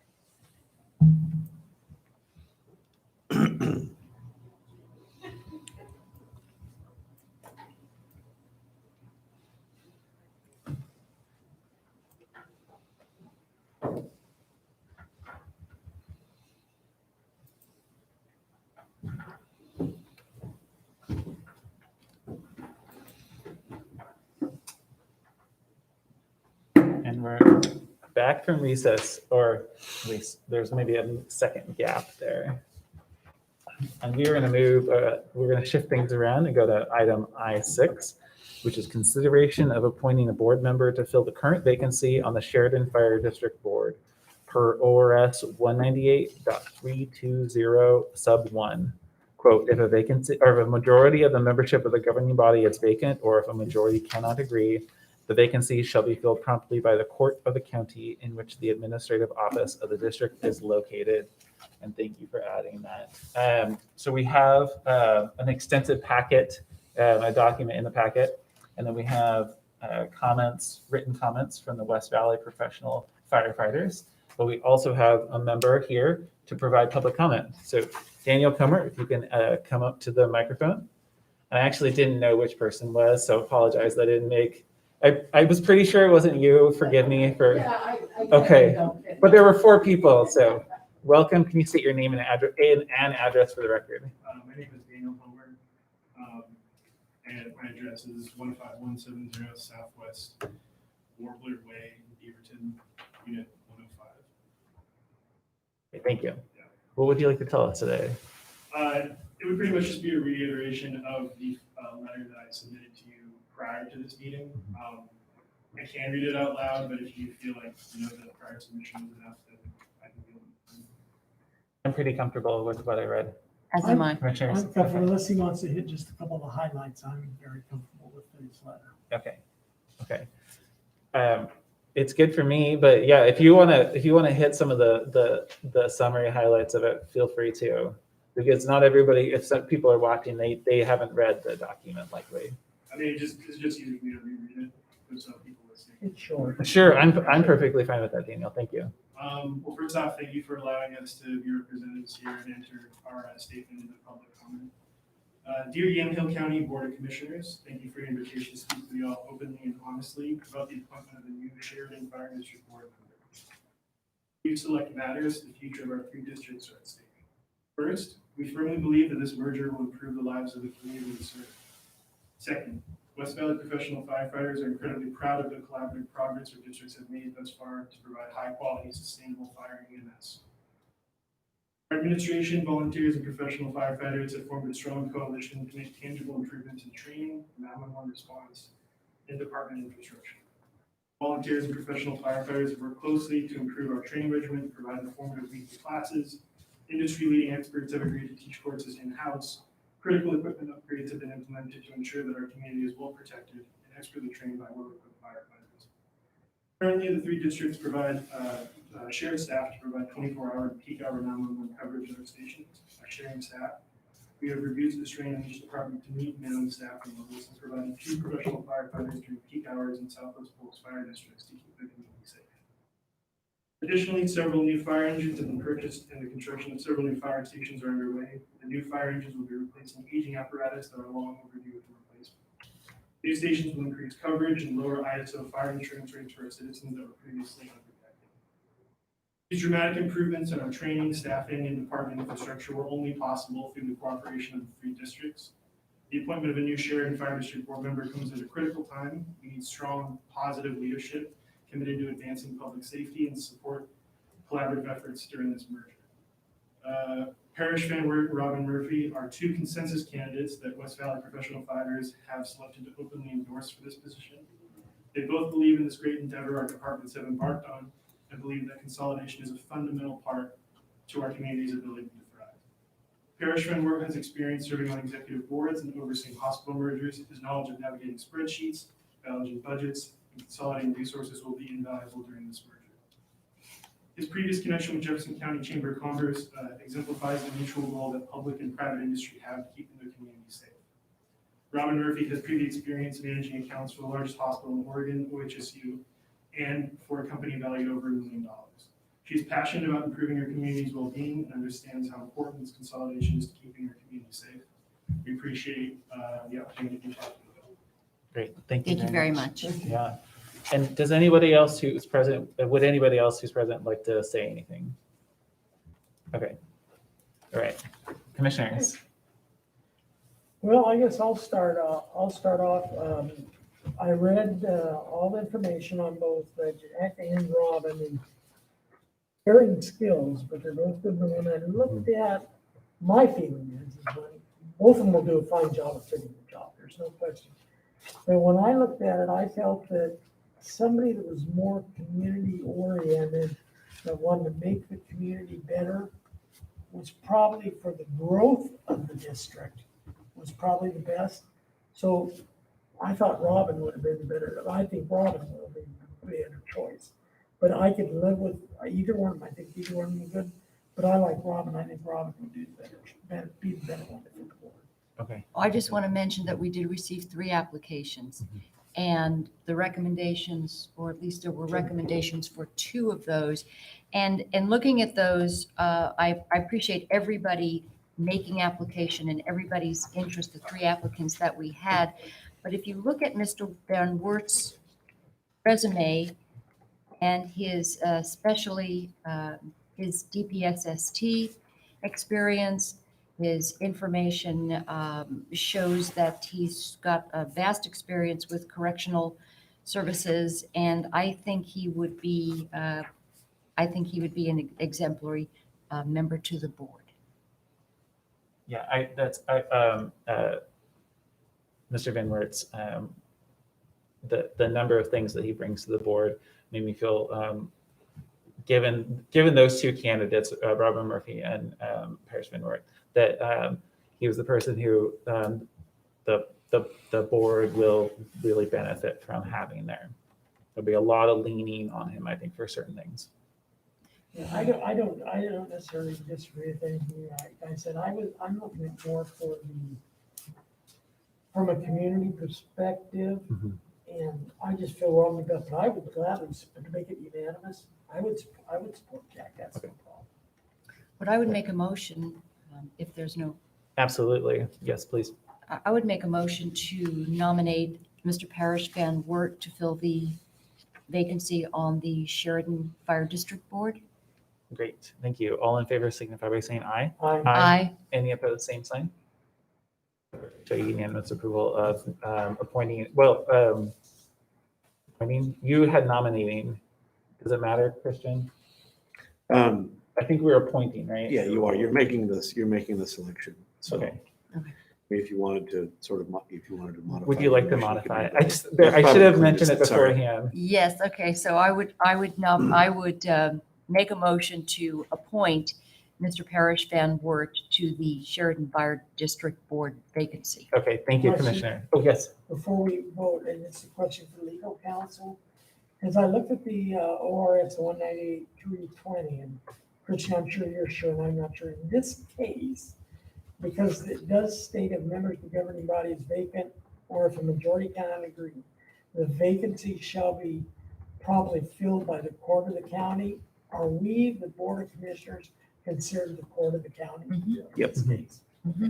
I've always wanted to be part of the county, so it has such a nice old fashioned ring to it. No. Yeah, Okay. any references in the statute to the county court in this sort of Is the governing capacity, body. it's been revised and it's in a couple of spots in the statute, but they haven't corrected or changed the language to reflect that county court in this instance also means Board of Commissioners. Okay, great. And so there's a motion on the floor. Thank you for that clarification, Commissioner. All in favor signify by saying aye. Aye. Aye. Any opposed, same sign. The record show unanimous approval of appointing Parrish and Wert to the Sheridan Fire District. And thank you to everybody for teaching me Thank a you. lot about fire districts and mergers and many other things. I really appreciate it. Thanks very much. Thank you. All right, I'll take you up on that. Thank you. And thanks, Ken, for bringing it forward faster.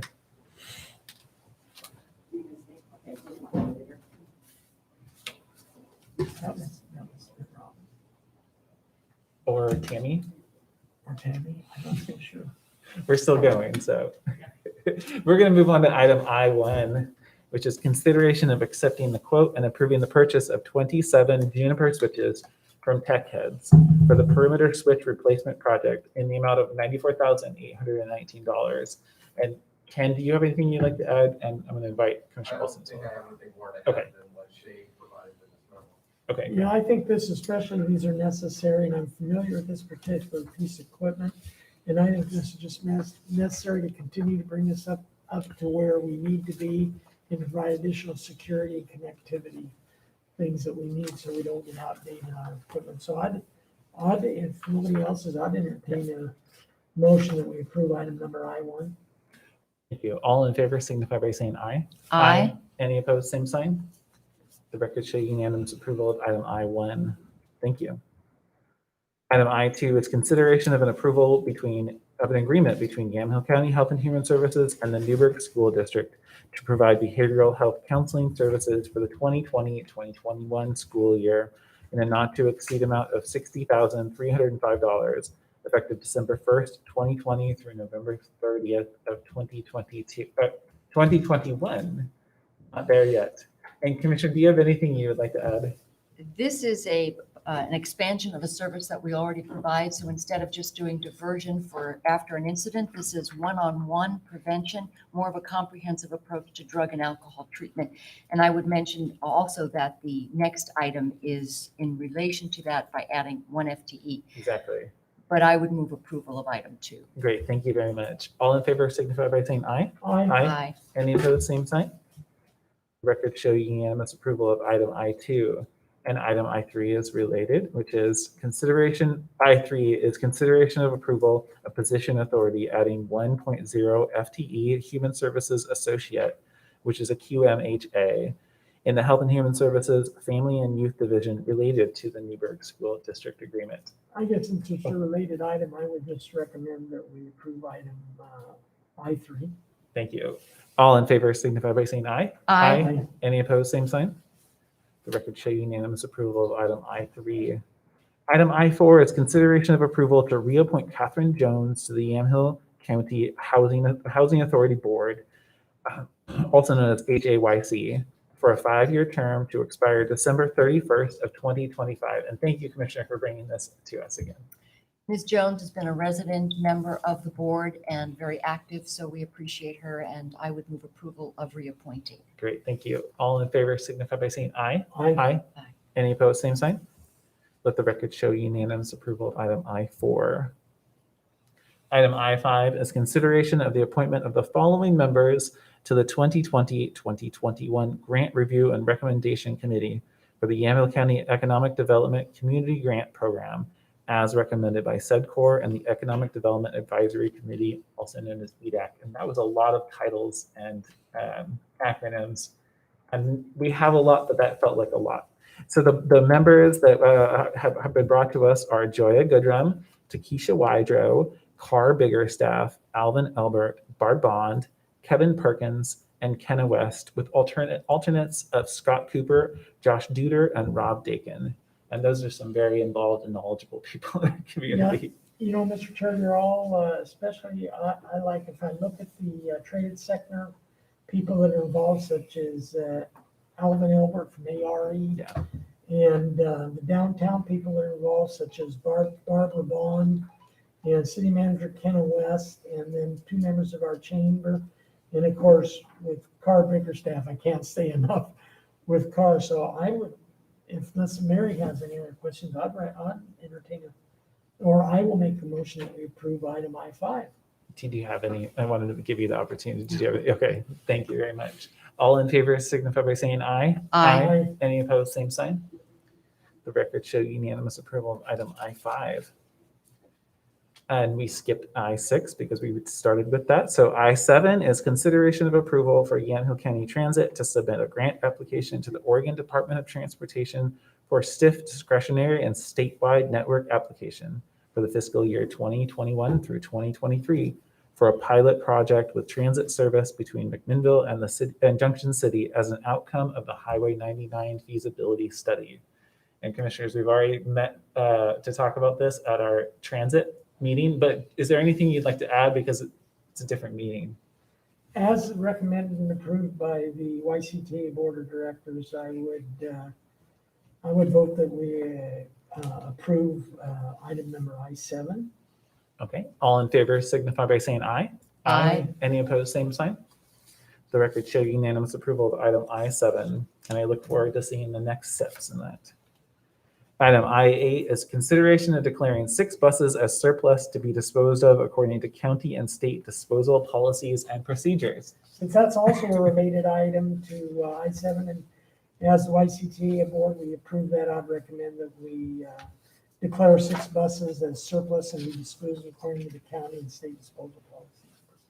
Great, thank you. All in favor signify by saying aye. Aye. Any opposed, same sign. The record show unanimous approval of item I8. Thank you, Cynthia. Item I9 is consideration of adopting resolution 20-11-05-1 proclaiming the month of December as Mayor Isla Skyberg Month. When I saw this on the agenda, it made me so happy. Thank you, Commissioner. Absolutely. Well, I want to thank Mayor Skyberg. She has Yeah. really impressed me. She's one of those people that leaves a lasting impression on you. And I know that there's going to be a void there, but I do believe that the new mayor-elect, Mr. Burr, will fill those shoes very well. But I just thought we can't let her retire. Her last meeting is December 8th. At the city council meeting without making some kind of an acknowledgement of what she's been to this county. Just an amazing woman with unbelievable grace and hospitality. And in an era where a lot of those characteristics and qualities seem to have gone by the wayside, she's a shining example of what we should be trying to achieve. Yeah, Thank Mr. you, Chair, Commissioner. I have totally agree because I can tell you, I believe since knowing Isla for as long as I have when I was a mayor and she was a mayor and doing different things with her, that Willamina and the whole West Valley would not be where they are today if it wasn't for Isla Skyberg. So I agree wholeheartedly with everything you said, Mary. Great, thank you. And my recollection is that we need to read this into the record, correct? That is correct. Commissioner, would you like to do it? I'm happy to do it since I have a document in front of me, but, I'll be happy to read okay, it. great. This is in a matter of a resolution proclaiming December 2020 as Mayor Isla Skyberg Month in Yamhill County. Whereas Mayor Isla Skyberg has served the city of Willamina with distinguished and outstanding service from 2014 to 2020, and whereas her service and commitment to the city, the West Valley, and Yamhill County includes many worthwhile and lasting accomplishments, and whereas Mayor Skyberg has served her community with leadership, compassion, and grace, bringing her trademark hospitality to her role as mayor. Now, therefore, let it be resolved, the Yamhill County Board of Commissioners does hereby proclaim December 2020 as Mayor Isla Skyberg Month in Yamhill County, Oregon, for outstanding and dedicated service to the citizens of the West Valley and Yamhill County. Right, thank you very much. Congratulations. And we need to vote on it, so. I would move approval. Thank you. All in favor signify by saying aye. Aye. Any opposed, same sign. The record show unanimous approval of item I9. Thank you, Commissioner. Thank you. Item I10 is consideration of adopting resolution 20-11-05-2, proclaiming the month of November as Parents' Rights in Education Month. And Commissioner. Yes, I think it's important for us to acknowledge that ultimately parents should have the first and last words when it comes to their children's education.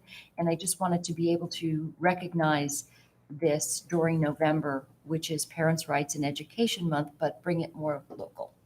Yeah, thank you. And my, one of the meetings I was at was about the Oregon Department of Education and the new guidance. So my announcement will fit right into that. So Okay. would you like to read it? Sure. Okay. This is a proclamation and recognition of the vital importance of educational excellence, meaningful collaboration between the school district and families. We recognize November as Parents' Rights in Education Month, whereas we acknowledge parents are a child's first and foremost educator and have the primary responsibility for the education, care, and training of their children, and whereas education is comprised of a range of activities by which families and communities teach knowledge and skills, including ethical and behavioral norms and traditions, and whereas fairness and equity must be afforded to all students and families in the school district. And whereas public schools need cooperation and support of all parents. And whereas the parent-child relationship shall be honored and supported by teachers, counselors, administrators, and school board members. Therefore, we declare November Parents' Rights in Education Month, affirming the constitutional right of parents to direct the education and upbringing of their children. Great. Thank you very much. Unless there are questions, I would move approval of item I10. All in favor signify by saying aye. I- Aye. Any opposed, same sign. The record show unanimous approval of item I-10. We move on to public hearings, number J, letter J, and we have none today. Move on to item K, which is announcements, commissioners. Yes, I have a couple announcements today. Let me get one out right here. Just for a moment.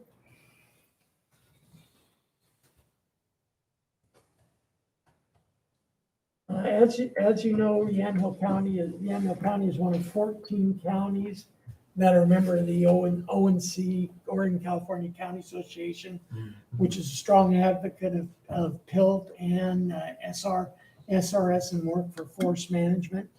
Their annual conference is December 11th, and it's a virtual conference, and I'll send this out beginning at 10 a.m. One of the things they like to do at the annual conference is to announce who the new board will be, and being that I represent Yamhill County and I'll be no longer representing Yamhill County, I think it's up to the board without me to determine who that representative be so they can come on the conference call the 11th and I can introduce them as the new board of directors. So that doesn't have to be decided right away, but it currently Tim Freeman from Douglas County is the president. Vice President is Bob Main from Coos County. Secretary Treasurer is our great friend Craig Pope from Polk County.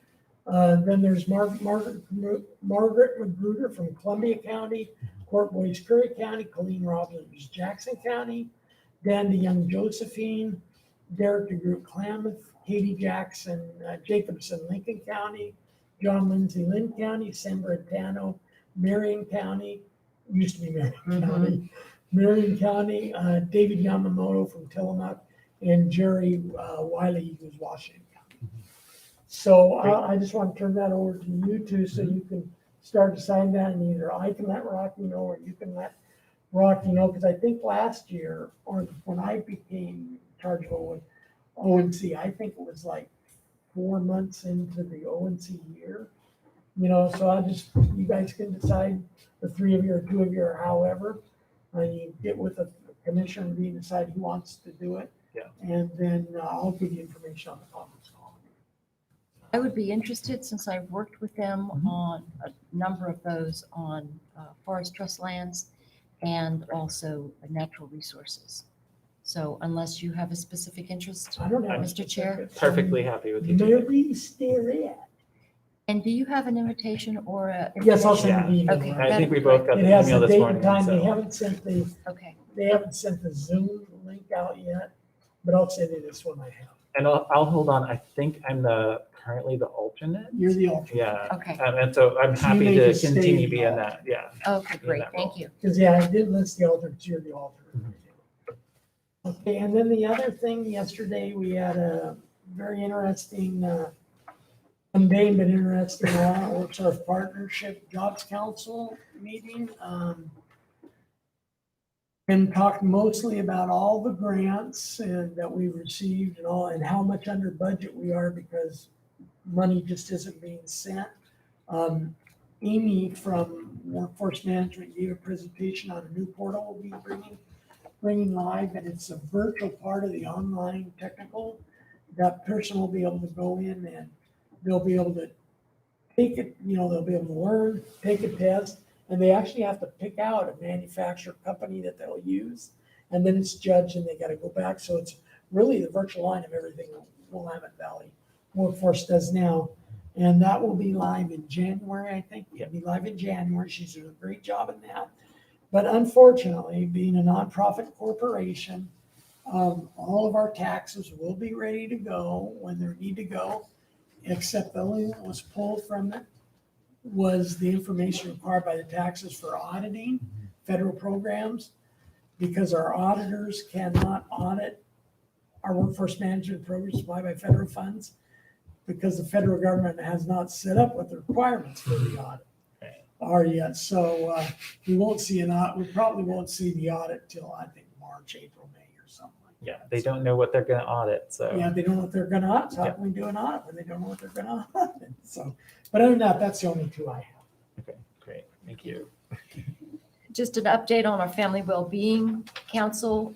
We have worked very hard, and I think this is a milestone to get what I've been hoping for the last 6 years, and that's a family navigator to help our parents who are DHS involved or having some issues with their families, to have a navigator to help them deal with the child welfare system and to navigate that. So we have somebody who is now in that position to bridge families with our local providers. We also are working on a program for more foster care stability. There are other counties that are doing a better job of it, but we're working on that. I'm also now in the initial phases of a new program, a Firearm Safety Coalition, to address suicide and firearms ownership, because as we know, there's more and more firearms purchases, and a lot of folks in the firearms community are not really willing sometimes when they're having issues to address their mental health issues. So we're going to be talking about how we can do this without, and it's bipartisan, it's non-political, and it's a way to address this without any government mandates, and these are all voluntary provisions. And the other thing is something I brought to Commissioner Olson's attention and maybe brought up on the call the other day, and that has to do with the FCC. There is a new opportunity fund where 82,000 locations in Yamhill County could be eligible for broadband funding. So we are going to be looking into that, and that would be huge. And also just want to mention that in addition to that, our shelter motel project is funded through April of 21. So that's kind of neat. And it's the only CAP Fantastic. agency that's doing this type of sheltering project. And I would love to add that when I'm on calls with other regions and other counties, they are having more challenges with the interactions between the motel and neighbors and the agencies. And so the good relationship between the motel and the managers and the case managers and people in the motel here, I think speaks volumes. Absolutely. Yeah. It's nice to hear. Yeah. Mayor, I only have a question on the first one. You brought up 6 years you've been working on that. Well, I've wanted to do what's called a navigator, Yeah. a parent It's taken navigator, 6 years. and we just now got somebody on board. So what But took you so long? it's just finding out how government works.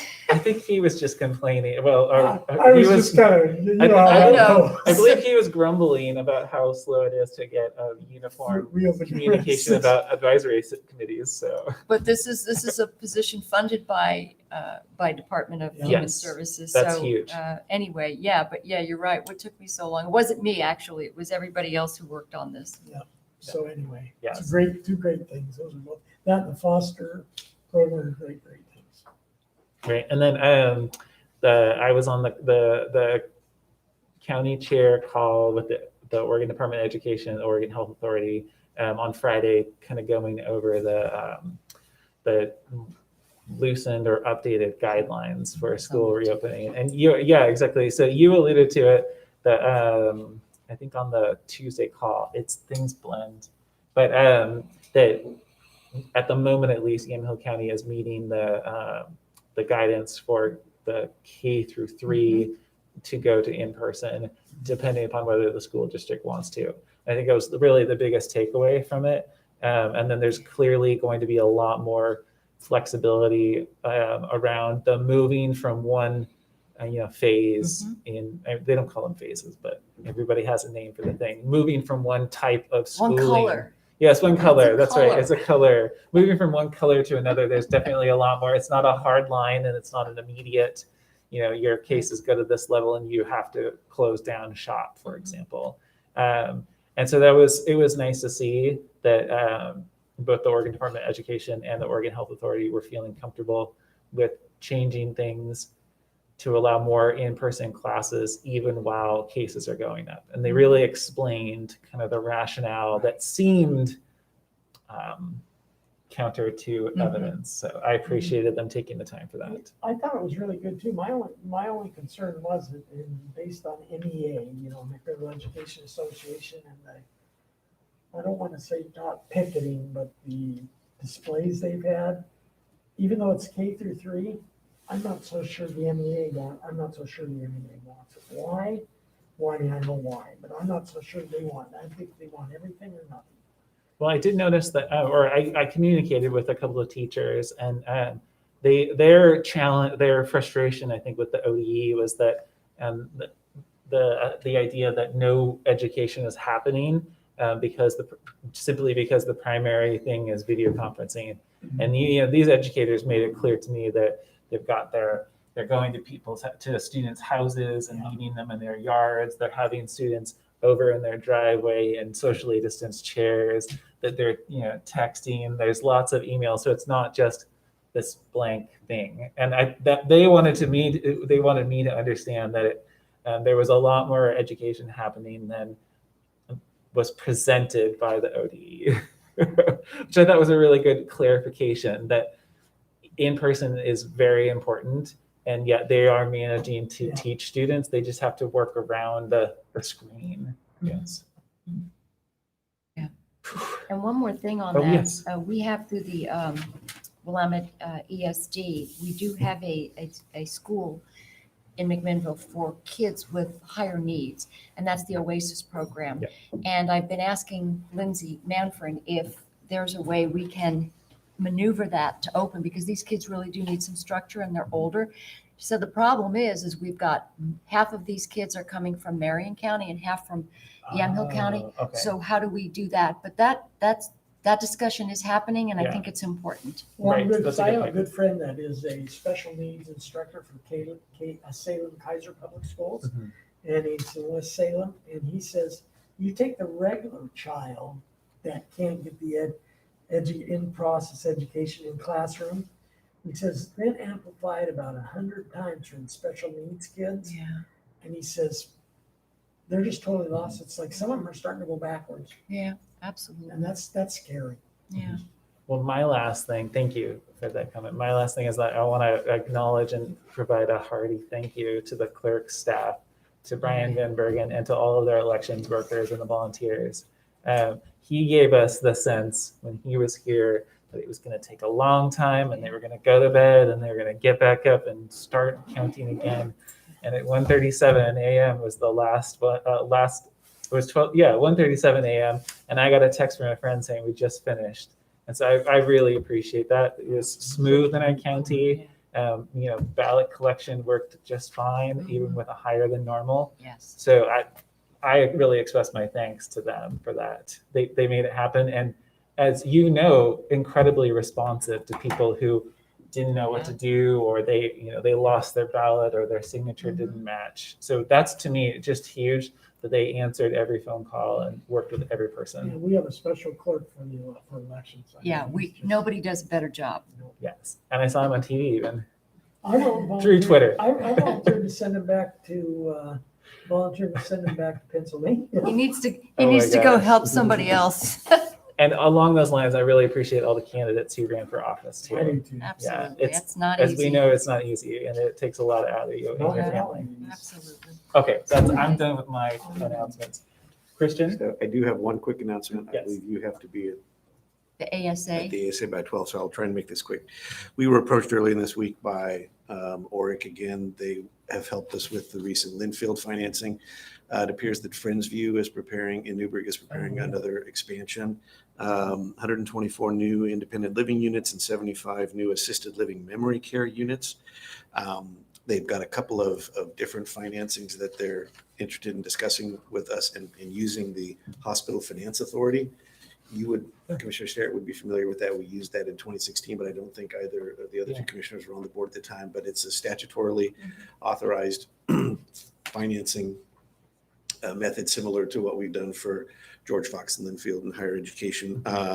They're looking at an interim short-term loan of $6.5 million, which would be a loan but structured as a bond.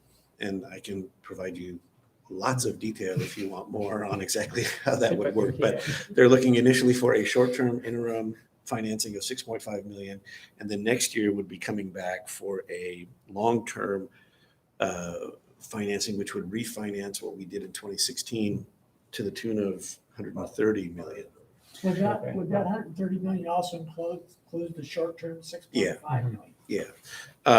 So they would be prepared to come and answer any other questions the board might have. They'd like to get the interim financing in place before the end of the year. So we have a limited number of available dates on the calendar to do that. So they were hoping if they could, and with some folks from Friendsview, if Orr could come next Thursday and provide some additional information, some detail about the program. And then we would have the technical hearing and the approval of the financing by the board. We were thinking tentatively maybe the December 3rd or December 10th meeting dates. So if the board is open to hearing more and considering the use of the Hospital Finance Authority, as a reminder, the Hospital Finance Authority consists of the Board of Commissioners and 2 citizens. We haven't met since 2016, so we'll, in the meantime, if there is interest in doing this, we'll go ahead and prepare to reseat the 2 citizen members on the Hospital Finance Authority. We'll start with the 2 folks who were there previously, see if there's still interest in them remaining on the board. Otherwise, we'll need to sort of quickly see if we can find some folks to take their place. But we can talk more about that over the course of the next week and then next Thursday as well. The final thing I would suggest is, given that this is a lot of new information, and I would suggest that we invite Commissioner-elect Berschauer to sit in next week if she's available and has interest and wants to sit in next week and hear about the temporary financing, because she will be involved, assuming this all goes forward with the permanent financing next week, next year. No problem. So if you're generally okay with that, we'll I think that get that sounds on the schedule for next Thursday. Oh, no, you were gonna be around. I'll take the day off. Just take the day off. Okay, thank you. We'll That's- we'll that's get that what on I'm the saying. calendar Thank for you. next Yeah. week. So that's all I had. Okay, great. Thank you. Ken? Okay. Carolina. All right. Thank you. With that, I'll close this meeting of the County Board of Commissioners.